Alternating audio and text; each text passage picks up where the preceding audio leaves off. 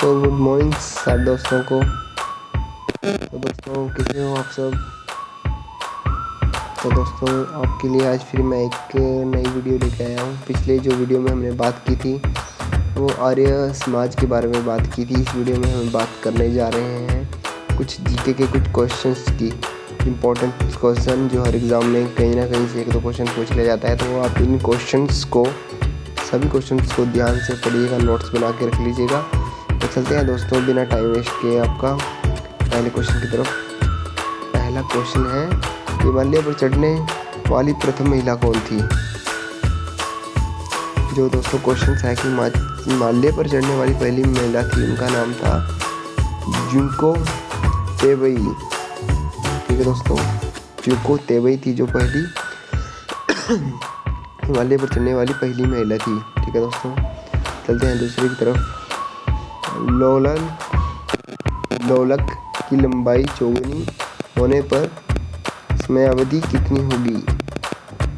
ठीक है दोस्तों, तो कितनी होगी, दोगुनी होगी। ठीक है दोस्तों, चलते हैं तीसरे की तरफ। जो दोस्तों इंपॉर्टेंट क्वेश्चन है उनको मैं आपको ज़्यादा जोर दूंगा, जो कि इतने इम्पोर्टेंस नहीं है उनको एक ही दो बार पढ़ूंगा। अगर आपको इम्पोर्टेंस लगते हैं तो आप नोट्स बना के रख लीजिएगा। ठीक है दोस्तों, कि बूंदे का गोल होने का कारण। दोस्तों जो आपने देखा होगा जनरली क्वेश्चन से, वर्षा की बूंदे होते हैं वो गोल ही क्यों होती हैं, उसका जो मेन कारण है वो है पृष्ठ तनाव। ठीक है दोस्तों, पृष्ठ तनाव के कारण वो जो होती हैं गोल होती हैं। चलते हैं नेक्स्ट पॉइंट की तरफ। तमस की रचना किसने की थी। तमस की रचना दोस्तों किसने की थी, वो की थी भीष्म साहनी जी ने। ठीक है दोस्तों, जो है कि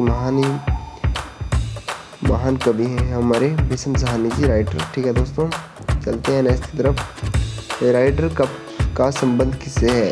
तो दोस्तों राइडर कप है जो वो किससे संबंध रखता है, गोल्फ खेल से संबंधित राइडर कप है। ठीक है दोस्तों, इम्पोर्टेंट क्वेश्चंस है तो पढ़ लीजिएगा, आप नोट्स बना के रख लीजिएगा। ठीक है दोस्तों, इम्पोर्टेंट क्वेश्चंस हैं।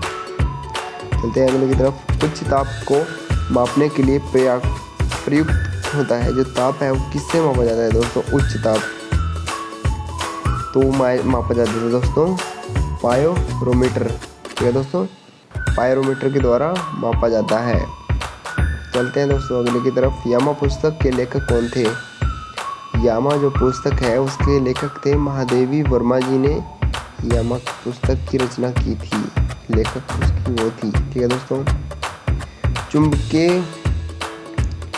आघूर्ण का मात्रक क्या है।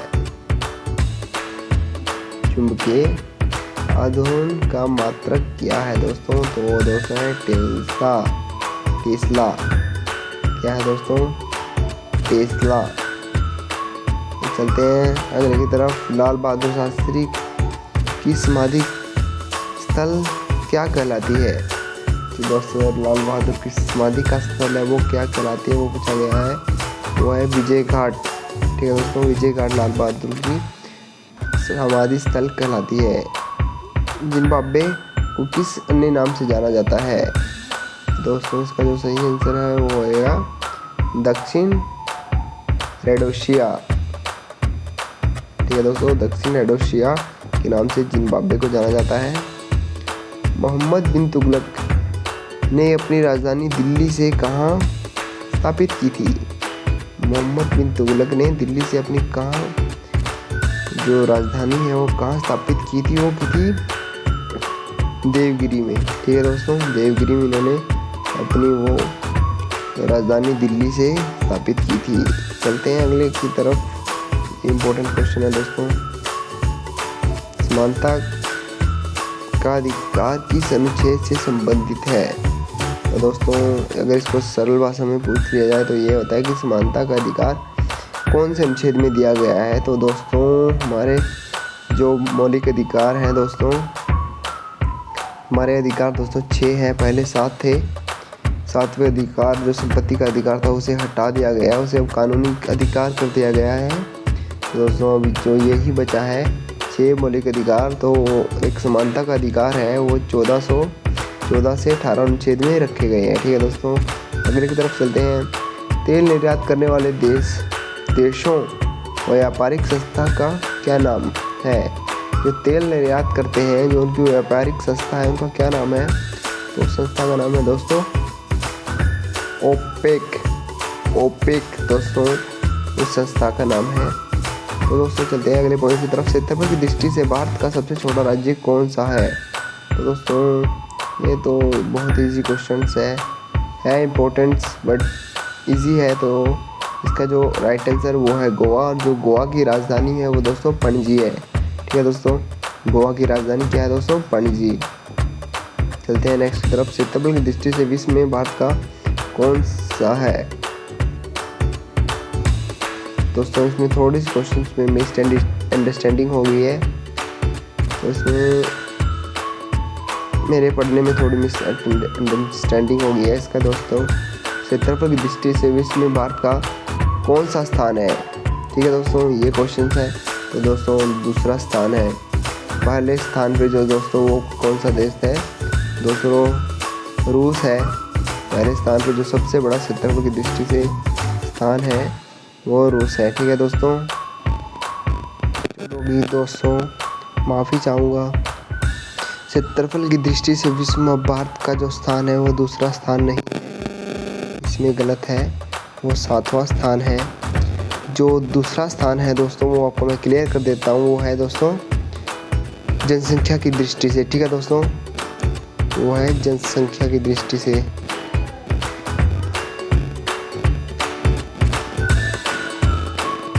ठीक है दोस्तों, जनसंख्या की दृष्टि से है दूसरा स्थान। क्षेत्रफल की दृष्टि से है दोस्तों कौन सा स्थान?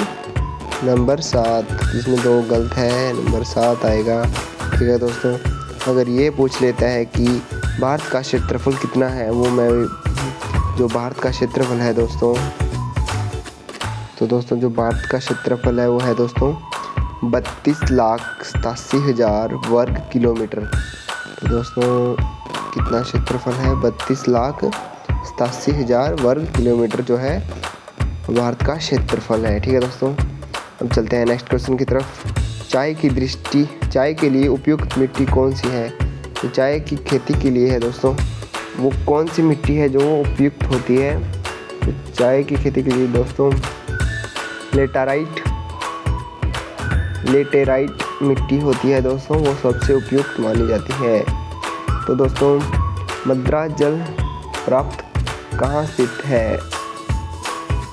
तो दोस्तों मद्रा जल प्रापात कहाँ स्थित है दोस्तों? कहाँ पे है? छत्तीसगढ़ में। ठीक है दोस्तों, तो दोस्तों चलते हैं नेक्स्ट की तरफ। ग्रैंड ट्रंक रोड नामक रोड का निर्माण किसने करवाया? तो दोस्तों ग्रेट ट्रंक रोड का निर्माण दोस्तों शेरशाह सूरी ने करवाया था दोस्तों। तो दोस्तों चलते हैं नेक्स्ट क्वेश्चन की तरफ। डॉक्टर दांत पर प्रकाश को संकेंद्रित करने के लिए किस दर्पण का प्रयोग करते हैं? तो दोस्तों वो करते हैं अवतल दर्पण का प्रयोग। पहाड़ों पर कितने ताप पर पानी है जो उबलने लगता है? तो दोस्तों जो पहाड़ों पर पानी उबलता है वो अगर 100 डिग्री सेल्सियस से कम पर पानी है दोस्तों वो उबलने लगता है। ठीक है दोस्तों, चलते हैं नेक्स्ट की तरफ। जल का घनत्व अधिकतम कितने ताप पर होता है? जो दोस्तों वो होता है दोस्तों 4 डिग्री सेंटीग्रेड पर। दोस्तों इलेक्ट्रॉन पर क्या चीज़ होता है? चार्ज होता है दोस्तों। थोड़ा ये देखिए दोस्तों, इलेक्ट्रॉन पर क्या चार्ज होता है?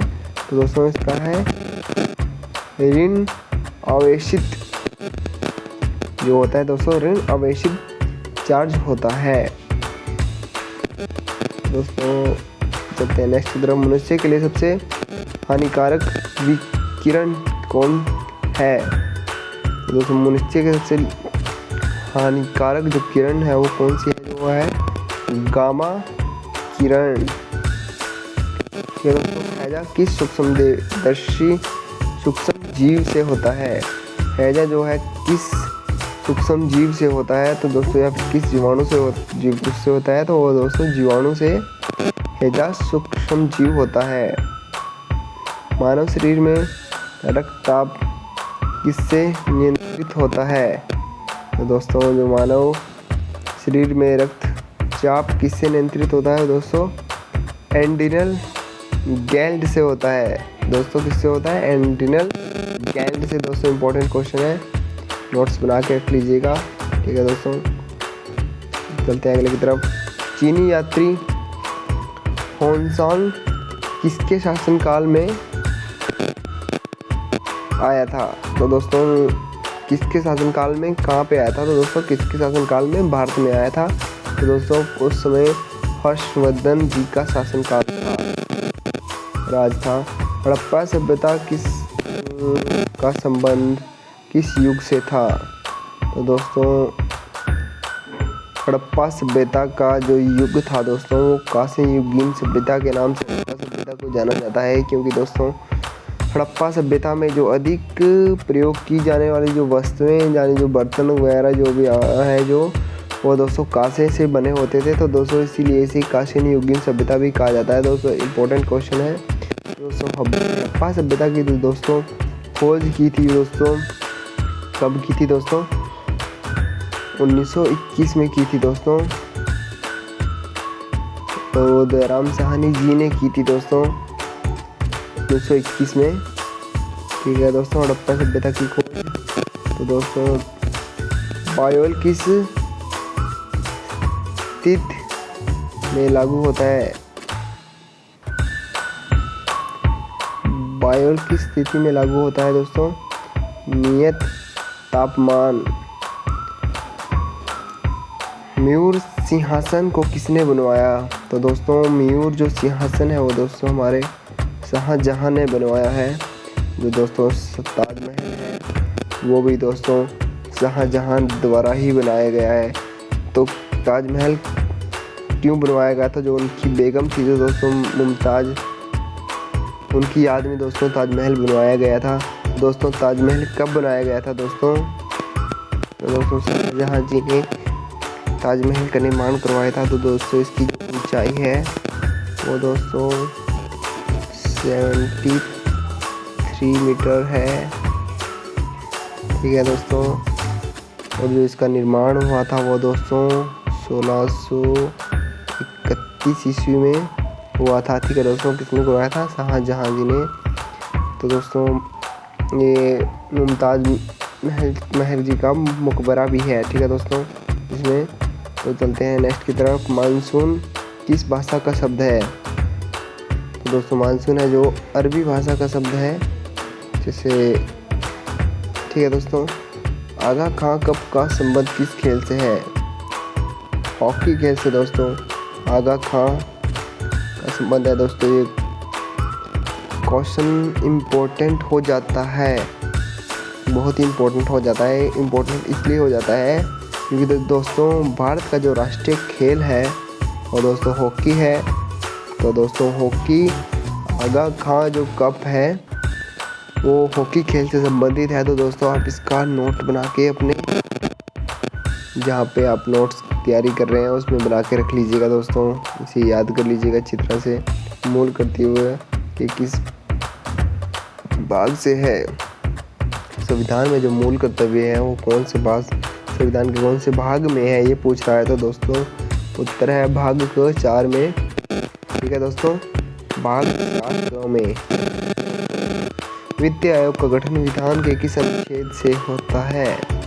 जो वित्त आयोग है वो किस अनुच्छेद में है दोस्तों? वो है अनुच्छेद 280 में वित्त आयोग का बारे में है। ठीक है दोस्तों, त्रिपिटक का संबंध किस धर्म से है? तो दोस्तों त्रिपिटक का जो संबंध है दोस्तों वो बौद्ध धर्म से है। ठीक है दोस्तों, बौद्ध धर्म से है इसका जो संबंध है।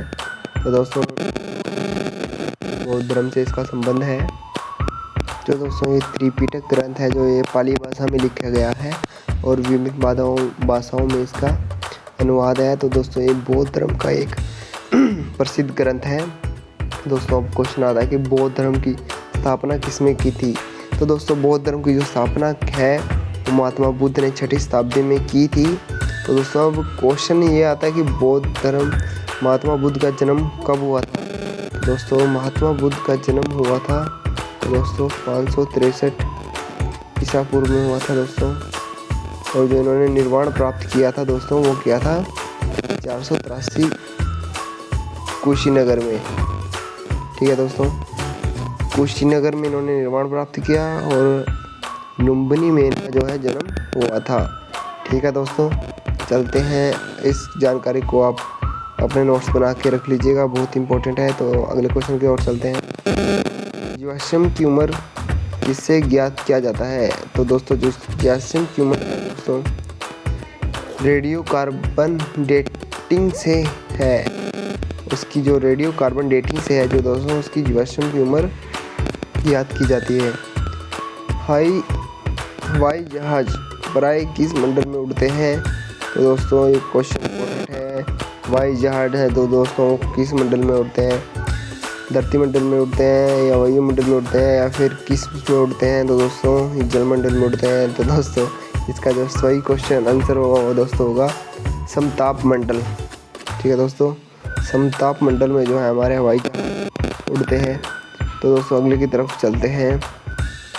गॉड-गिल फार्मूला किससे संबंधित है? तो दोस्तों वो है केंद्र एवं राज्य के बीच साधनों का बंटवारा। ठीक है दोस्तों, इससे संबंधित है जो गॉड-गिल फार्मूला है। तो आधुनिक एंटीस्पोटिक सर्जन के जन्मदाता कौन है? तो दोस्तों वो है, उत्तर है दोस्तों जोसेफ लिस्टर।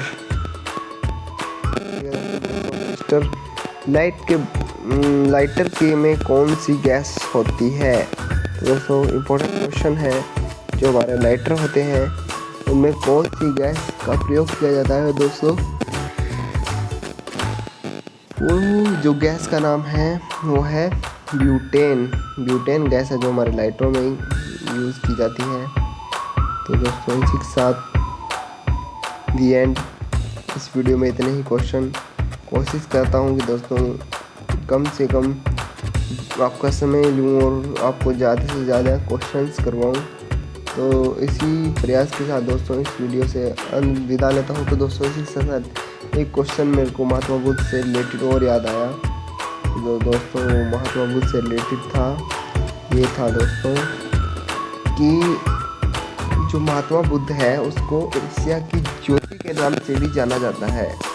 दोस्तों जो क्वेश्चन आएगा कि लाइट ऑफ एशिया के नाम से किस महापुरुष को जाना जाता है, तो दोस्तों आप महात्मा बुद्ध ठोक के आ जाइएगा, उसमें आंसर बिल्कुल रहेगा।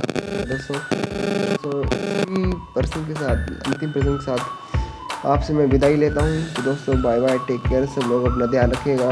और अगर वीडियो में किसी प्रकार की कोई भी मिस्टेक होगी हो तो उसे कमेंट बॉक्स में बताइएगा, मैं उसे सुधारने की पूरी कोशिश करूँगा।